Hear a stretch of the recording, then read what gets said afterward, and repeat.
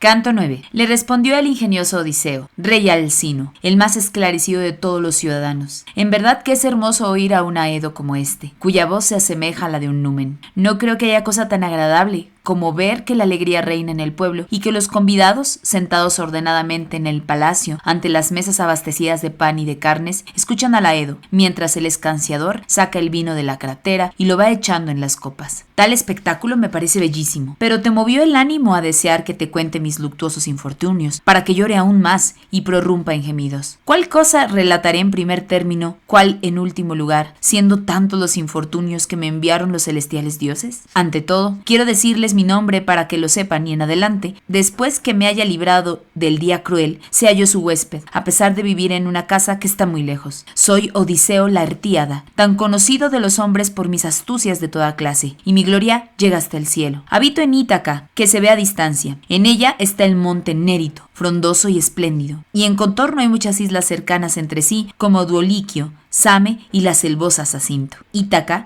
no se eleva mucho sobre el mar, está situada la más remota hacia el occidente. Las restantes, algo apartadas, se inclinan hacia el oriente y el mediodía. Es áspera, pero buena criadora de mancebos, y yo no puedo hallar cosa alguna que sea más dulce que mi patria. Calipso, la divina entre las deidades, me detuvo allá, en huecas grutas, anhelando que fuera su esposo, y de la misma suerte la dolosa Circe de Eea me acogió anteriormente en su palacio, deseando también tomarme por marido. Ni aquella ni esta consiguieron llevar la persuasión a mi ánimo. No hay cosa más dulce que la patria y los padres, aunque se habite en una casa opulenta pero lejana, en país extraño, apartada de aquellos. Pero voy a contarte mi vuelta, llena de trabajos, la cual me ordenó Zeus desde que salí de Troya. Al partir de Ilión, me llevó el viento al país de los Cicones, a Ísmaro. Entré a saco la ciudad, maté a sus hombres, y tomando las mujeres y las abundantes riquezas, nos lo repartimos todo para que nadie se fuera sin su parte de botín. Exhorté a mi gente a que nos retiráramos en pie ligero, y los muy simples no se dejaron persuadir. Bebieron mucho, y mientras degollaban en la playa gran número de ovejas y de ágiles bueyes de retorcidos cuernos, los Cicones fueron a llamar a otros Cicones vecinos suyos, los cuales eran más numerosos y más fuertes. Habitaban el interior del país y sabían pelear a caballo y con los hombres, y aún a pie donde fuera preciso. Vinieron por la mañana tantos cuantas son las hojas y flores que en la primavera nacen, y ya se nos presentó a nosotros, oh infelices, el funesto destino que nos ordenara Zeus a fin de que padeciéramos multitud de males. Se formaron, nos presentaron batalla junto a las veloces naves y nos heríamos recíprocamente con las broncíneas lanzas. Mientras duró la mañana y fue aumentando la luz del sagrado día, pudimos resistir su ataque, aunque eran en superior número.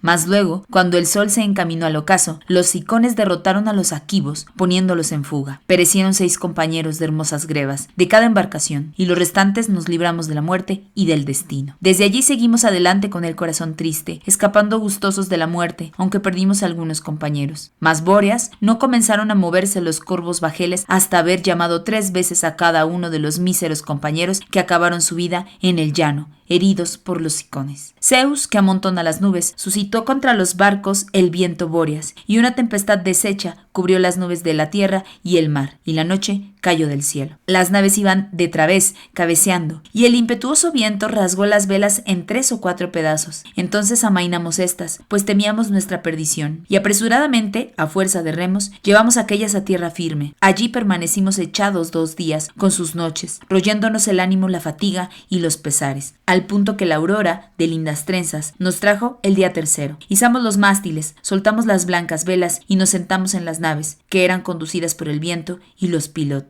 Y hubiera llegado incólume a la tierra patria si la corriente de las olas y el Bóreas, que me desviaron al doblar el cabo de Malea, no me hubieran obligado a vagar lejos de Citera. Desde allí, dañosos vientos me llevaron 9 días por el mar, abundante en peces, y al 10º arribamos a la tierra de los lotófagos, que se alimentan de un florido manjar. Saltamos en tierra, hicimos aguada, y pronto los compañeros empezaron a comer junto a las veleras naves. Y después que degustamos los alimentos y la bebida, envié a algunos compañeros, 2 varones a quienes escogí e hice acompañar por un tercero que fue un heraldo, para que averiguaran cuáles hombres comían el pan en aquella tierra. Fueron pronto y se juntaron con los lotófagos, que no tramaron ciertamente la perdición de nuestros amigos, pero les dieron a comer loto, y cuantos probaban el fruto del mismo, dulce como la miel, ya no querían llevar noticias ni volverse. Antes deseaban permanecer con los lotófagos, comiendo loto sin acordarse de tornar a la patria. Mas yo los llevé por fuerza a las cóncavas naves, y aunque lloraban, los arrastré e hice atar debajo de los bancos. Y mandé que los restantes fieles compañeros se apresuraran a entrar en las veloces embarcaciones, no fuera que alguno comiera loto y no pensara en la vuelta. Lo hicieron enseguida, y sentándose por orden en los bancos, comenzaron a herir con los remos el espumoso mar. Desde allí continuamos la navegación con ánimo afligido, y llegamos a la tierra de los cíclopes soberbios y sin ley, quienes confiados en los dioses inmortales no plantan árboles ni labran los campos, sino que todo les nace sin semilla y sin arada, trigo, cebada y vides, que producen vino de unos grandes racimos, y se lo hacen crecer la lluvia enviada por Zeus. No tienen ágoras donde se reúnan para deliberar, ni leyes tampoco, sino que viven en las cumbres de los altos montes, dentro de excavadas cuevas. Cada cual impera sobre sus hijos y mujeres, y no se cuidan los unos de los otros. Delante del puerto, no muy cerca, ni a gran distancia tampoco de la región de los cíclopes, hay una isleta poblada de bosque, con una infinidad de cabras monteses, pues no las ahuyenta el paso de hombre alguno,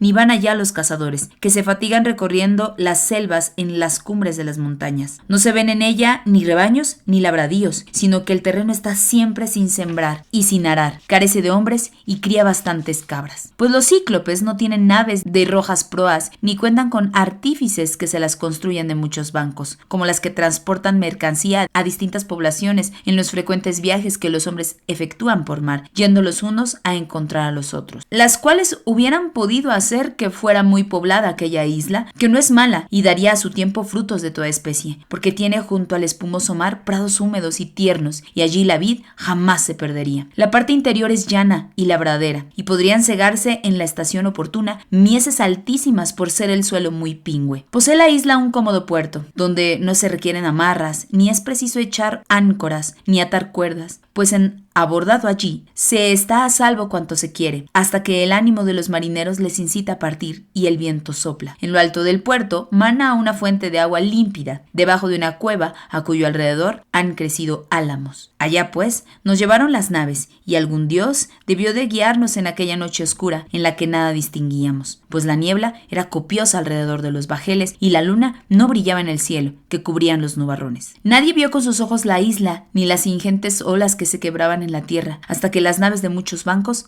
abordaron. Entonces amainamos todas las velas, saltamos a la orilla del mar y, entregándonos al sueño, aguardamos a que apareciera la divina aurora. No bien se descubrió la hija de la mañana, la aurora de rosáceos dedos, anduvimos por la isla muy admirados. En esto las ninfas, prole de Zeus que lleva la égida, levantaron montaraces cabras para que comieran mis compañeros. Al instante tomamos de los bajeles los corvos arcos y los venablos de larga punta. Nos distribuimos en 3 grupos, tiramos y muy presto una deidad nos proporcionó abundante caza. 12 eran las naves que me seguían, y a cada una le correspondieron 9 cabras, apartándose 10 para mí solo. Y ya todo el día hasta la puesta del sol estuvimos sentados, comiendo carne en abundancia y bebiendo dulce vino, que el rojo licor aún no faltaba en las negras naves, pues habíamos hecho gran provisión de ánforas al tomar la sagrada ciudad de los Cicones. Estando allí, echábamos la vista a la tierra de los cíclopes, que se hallaban cerca, y divisamos el humo, y oíamos las voces que ellos daban, y los balidos de las ovejas y las cabras. Cuando el sol se puso y sobrevino la noche, nos acostamos en la orilla del mar. Cuando se descubrió la hija de la mañana, la aurora de rosáceos dedos, los llamé a junta y les dije estas razones. Quédense aquí, mis fieles amigos, que yo con mi nave y mis compañeros iré allá y probaré de averiguar qué hombres son aquellos, si son violentos, salvajes e injustos, u hospitalarios y temerosos de las deidades. Cuando así hube hablado, subí a la nave y ordené a los compañeros que me siguieran y desataran las amarras. Ellos se embarcaron al instante y, sentándose por orden en los bancos, comenzaron a herir con los remos el espumoso mar. Y tan luego como llegamos a dicha tierra, que estaba próxima, vimos en uno de los extremos y casi tocando al mar una excelsa gruta, a la cual daban sombra algunos laureles. En ella reposaban muchos hatos de ovejas y de cabras, y en contorno había una alta cerca labrada con piedras profundamente hundidas, grandes pinos y encinas de elevada copa. Allí moraba un varón gigantesco, solitario, que entendía en apacentar rebaños lejos de los demás hombres, sin tratarse con nadie, y apartado de todos, ocupaba su ánimo en cosas inicuas. Era un monstruo horrible, y no se asemejaba a los hombres que viven de pan, sino a una selvosa cima que entre altos montes se presentara aislada de las demás cumbres. Entonces ordené a mis fieles compañeros que se quedaran a guardar la nave. Escogí los 12 mejores, y juntos echamos a andar. Con un pellejo de negro y dulce vino, que me había dado Marón, vástago de Ebantes y sacerdote de Apolo,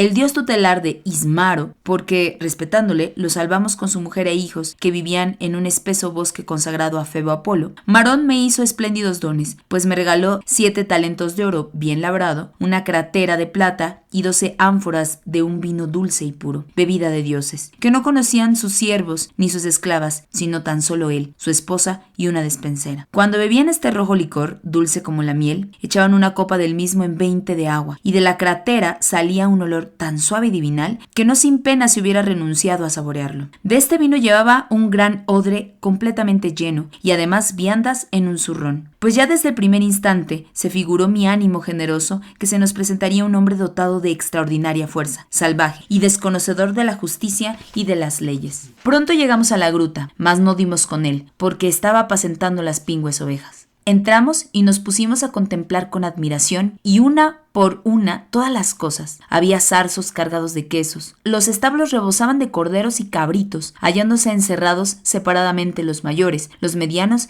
y los recentales, y goteaba el suero de todas las vasijas, tarros y barreños de que se servía para ordeñar. Los compañeros empezaron a suplicarme que nos apoderáramos de algunos quesos y nos fuéramos, y que luego, sacando prestamente de los establos los cabritos y los corderos, y conduciéndolos a la velera nave, surcáramos de nuevo el salobre mar. Mas yo no me dejé persuadir. Mucho mejor hubiera sido adoptar su consejo, con el propósito de ver a aquel y probar si me ofreciera los dones de la hospitalidad. Pero su aparición no había de serles grata a mis compañeros. Encendimos fuego, ofrecimos un sacrificio a los dioses, tomamos algunos quesos, comimos y le aguardamos sentados en la gruta hasta que volvió con el ganado. Traía una gran carga de leña seca para preparar su comida y la descargó dentro de la cueva con tal estruendo que nosotros, llenos de temor, nos refugiamos apresuradamente en lo más hondo de la misma. Luego metió en el espacioso antro todas las pingües ovejas que tenía que ordeñar, dejando a la puerta, dentro del recinto de altas paredes, los carneros y los bucos. Después cerró la puerta con un pedrejón grande y pesado que llevó a pulso y que no hubiera podido mover del suelo 22 sólidos carros de 4 ruedas. Tan inmenso era el peñasco que colocó en la entrada. Se sentó enseguida, ordeñó las ovejas y las baladoras cabras, todo como debe hacerse, y a cada una le puso su hijito. A la hora, haciendo cuajar la mitad de la blanca leche, la amontonó en canastillos de mimbre y vertió la restante en unos vasos para bebérsela cuando cenar quisiera. Acabadas con prontitud tales faenas, encendió fuego y al vernos nos hizo estas preguntas. Forasteros, ¿quiénes son? ¿De dónde llegaron navegando por húmedos caminos? ¿Vienen por algún negocio o andan en el mar, a la aventura, como los piratas que divagan, exponiendo su vida y produciendo daño a los hombres de extrañas tierras? Así dijo. Nos quebraba el corazón el temor que nos produjo su voz grave y su aspecto monstruoso. Con todo eso, le respondí de esta manera. Somos aqueos a quienes extraviaron, al salir de Troya, vientos de toda clase que nos llevan por el gran abismo del mar. Deseosos de volver a nuestra patria, llegamos aquí por otros caminos, porque de tal suerte debió de ordenarlo Zeus. Nos preciamos de ser guerreros de Agamenón Átrida, cuya gloria es inmensa debajo del cielo. Tan grande ciudad ha destruido y a tantos hombres ha hecho perecer. Y venimos a abrazar tus rodillas, por si quisieras presentarnos los dones de la hospitalidad o hacernos algún otro regalo como es costumbre entre los huéspedes. Respeta pues a los dioses, varón excelente, que nosotros somos ahora tus suplicantes, y a suplicantes y forasteros los venga Zeus hospitalario, el cual acompaña a los venerados huéspedes. Así le hablé, y me respondió enseguida con ánimo cruel. Forastero, ¿eres un simple o vienes de lejanas tierras cuando me exhortas a temer a los dioses y a guardarme de su cólera? Que los cíclopes no se cuidan de Zeus, que lleva la égida, ni de los bienaventurados númenes, porque aún les ganan en ser poderosos, y yo no te perdonaría ni a ti ni a tus compañeros por temor a la enemistad de Zeus, si mi ánimo no me lo ordenara. Pero dime en qué sitio, al venir, dejaste la bien construida embarcación, si fue, por ventura, en lo más apartado de la playa o en un paraje cercano, a fin de que yo lo sepa. Así dijo para tentarme, pero su intención no me pasó inadvertida a mí, que sé tanto, y de nuevo le hablé con engañosas palabras. Poseidón, que sacude la tierra, rompió mi nave llevándola a un promontorio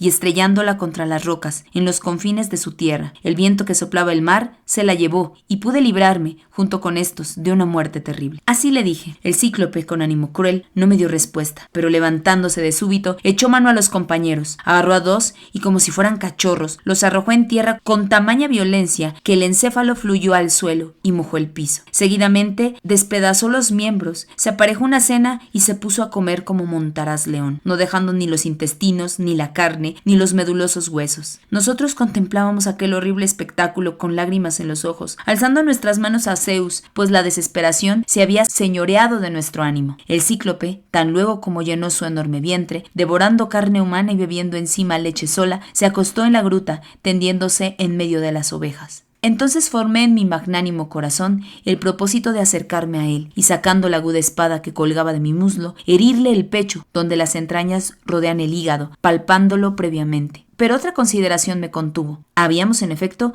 perecido allí de espantosa muerte a causa de no poder apartar con nuestras manos el grave pedrejón que el cíclope colocó en la alta entrada. Y así, dando suspiros, aguardamos que apareciera la divinal aurora. Cuando se descubrió la hija de la mañana, la aurora de rosáceos dedos, el cíclope encendió fuego y ordeñó las gordas ovejas, todo como debe hacerse, y a cada una le puso su hijito. Acabadas con prontitud tales faenas, echó mano a otros 2 de los míos, y con ellos se aparejó el almuerzo. En acabado de comer, sacó de la cueva los pingües ganados, removiendo con facilidad el enorme pedrejón de la puerta, pero al instante lo volvió a colocar, del mismo modo que si a un carcaj le pusiera su tapa. Mientras el cíclope aguijaba con gran estrépito sus pingües rebaños hacia el monte, yo me quedé meditando siniestros propósitos, por si de algún modo pudiera vengarme, y Minerva me otorgara la victoria. Al fin me pareció que la mejor resolución sería la siguiente. Echada en el suelo del establo se veía una gran clava de olivo verde, que el cíclope había cortado para llevarla cuando se secara. Nosotros, al contemplarla, la comparábamos con el mástil de un negro y ancho bajel de transporte que tiene 20 remos y atraviesa el dilatado abismo del mar. Tan larga y tan gruesa se nos presentó a la vista. Me acerqué a ella y corté una estaca como de una brasa que di a los compañeros y les pedí que la pulieran. No bien la dejaron lisa, agucé uno de sus cabos, la endurecí, pasándola por el ardiente fuego, y la oculté cuidadosamente debajo del abundante estiércol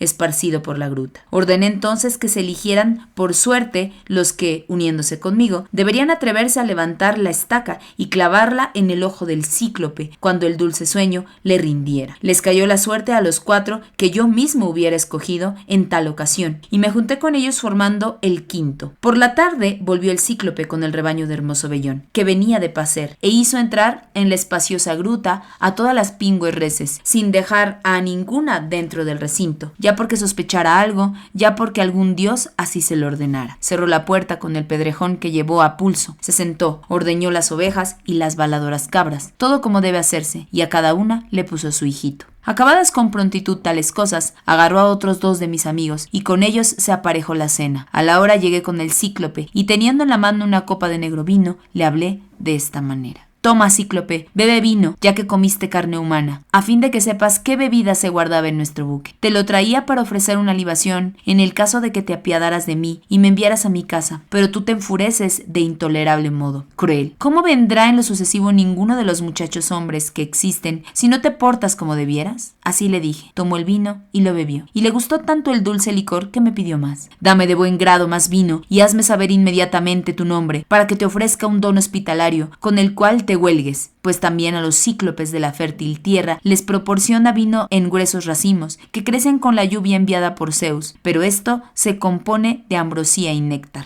De tal suerte habló, y volví a servirle el negro vino. 3 veces se lo presenté, y 3 veces bebió incautamente. Y cuando los vapores del vino envolvieron la mente del cíclope, le dije con suaves palabras: Cíclope, preguntas cuál es mi nombre ilustre, y voy a decírtelo, pero dame el presente de hospitalidad que me has prometido. Mi nombre es Nadie, y Nadie me llaman mi madre, mi padre y mis compañeros todos. Así le hablé, y enseguida me respondió con ánimo cruel: a nadie me lo comeré el último, después de sus compañeros, y a todos los demás antes que a él. Tal será el don hospitalario que te ofrezca. Dijo, se tiró hacia atrás y cayó de espaldas. Así echado, dobló la gruesa cerviz y lo venció el sueño, que todo lo rinde. Salía de su garganta el vino con pedazos de carne humana y eructaba por estar cargado de bebida. Entonces metí la estaca debajo del abundante rescoldo para calentarla, y animé con mis palabras a todos los compañeros, no fuera que alguno, poseído del miedo, se retirara. Mas cuando la estaca de olivo, con ser verde, estaba a punto de arder y relumbraba intensamente, fui y la saqué del fuego. Me rodearon mis compañeros, y una deidad nos infundió gran audacia. Ellos, tomando la estaca de olivo, la hincaron por la aguzada punta en el ojo del cíclope, y yo, alzándome, la hacía girar por arriba. De tal suerte que cuando el hombre taladra con el barreno el mástil de un navío, otros lo mueven por debajo de una correa que hacen por ambas extremidades, y aquel da vueltas continuamente, así nosotros, haciendo la estaca de ígnea punta, la hacíamos girar en el ojo del cíclope,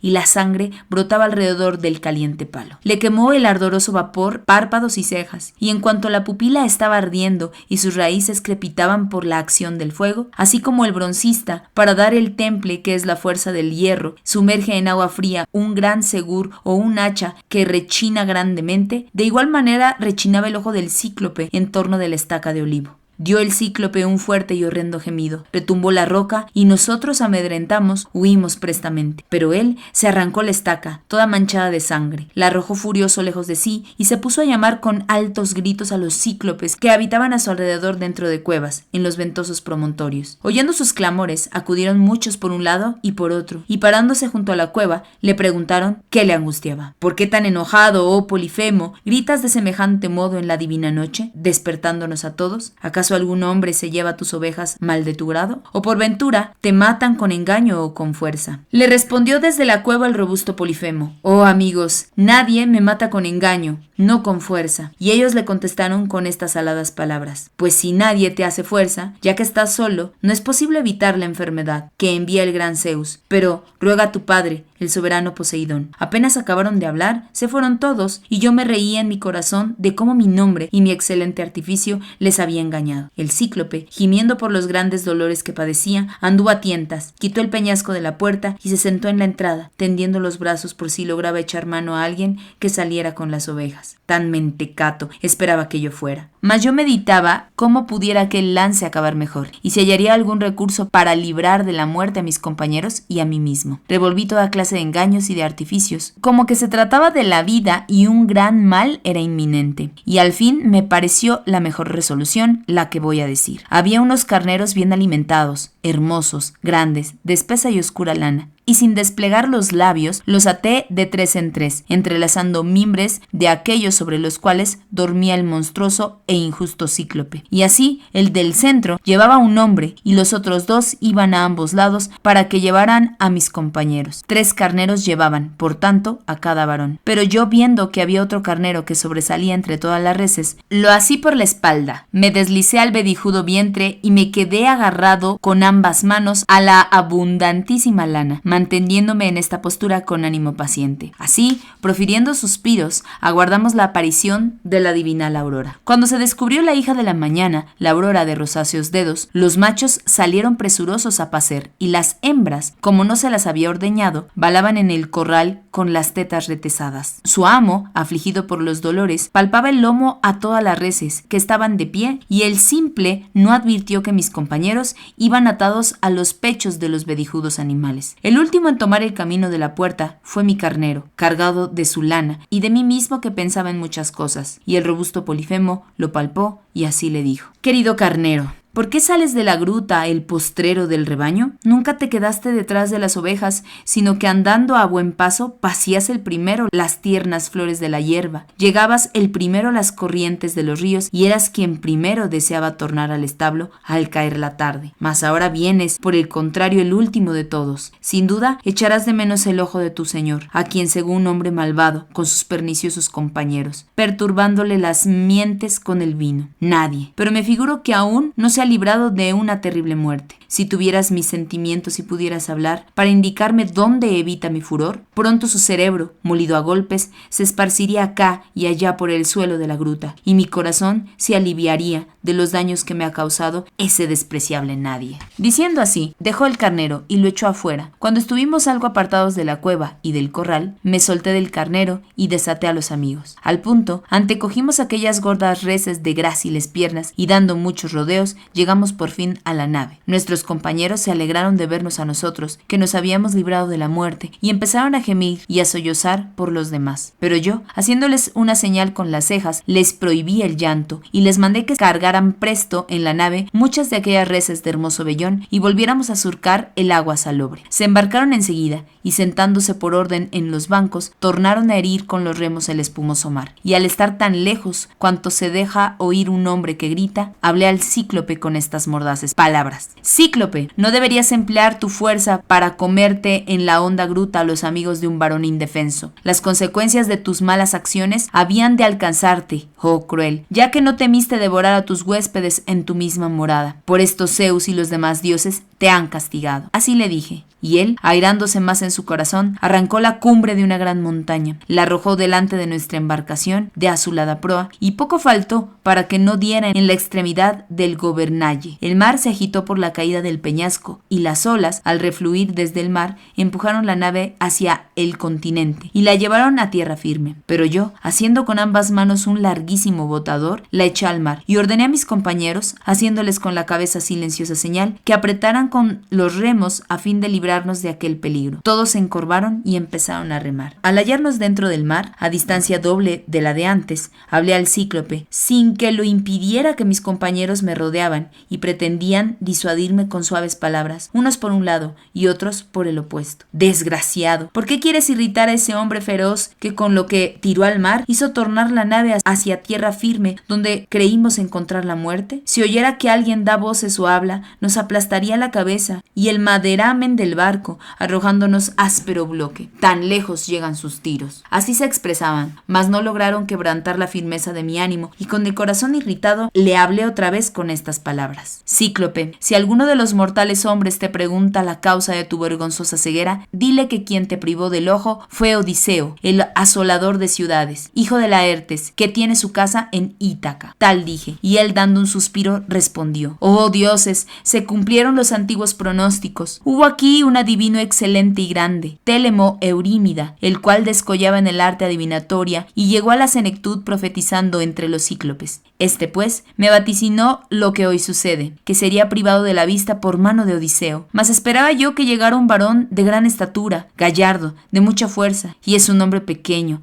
despreciable y menguado, quien me cegó el ojo, subyugándome con el vino. Pero vuelve, Odiseo, para que te ofrezca los dones de la hospitalidad y exhorte al ínclito Dios que bate la tierra a que te conduzca a la patria, que soy su hijo, y él se gloria de ser mi padre. Y será él, si le place, quien me curará, y no otro alguno de los bienaventurados dioses, ni de los mortales hombres. Habló pues de esta suerte, y le contesté diciendo: así pudiera quitarte el alma y la vida, y enviarte a la morada de Plutón, como ni el mismo Dios que sacude la tierra te curará el ojo. Dije, y el Cíclope oró enseguida al soberano Poseidón, alzando las manos al estrellado cielo. Óyeme, Poseidón, que ciñes la tierra, Dios de cerúlea cabellera, si en verdad soy tuyo, y tú te glorias de ser mi padre, concédeme que Odiseo, el asolador de ciudades, hijo de Laertes, que tiene su casa en Ítaca, no vuelva nunca a su palacio. Mas si le está destinado que ha de ver a los suyos y tornar a su bien construida casa y a su patria, sea tarde y mal, en nave ajena, después de perder todos los compañeros, y encuentre nuevas cuitas en su morada. Tal fue su plegaria, y la oyó el dios de cerúlea cabellera. Acto seguido, tomó el Cíclope un peñasco mucho mayor que el de antes, lo despidió, haciéndolo voltear con fuerza inmensa, lo arrojó detrás de nuestro bajel de azulada proa, y poco faltó para que no diese en la extremidad del gobernalle. El mar se agitó por la caída del peñasco, y las olas, levantando la embarcación hacia adelante, la hicieron llegar a tierra firme. Así que arribamos a la isla donde estaban los restantes navíos de muchos bancos, y en su contorno los compañeros que nos aguardaban llorando. Saltamos a la orilla del mar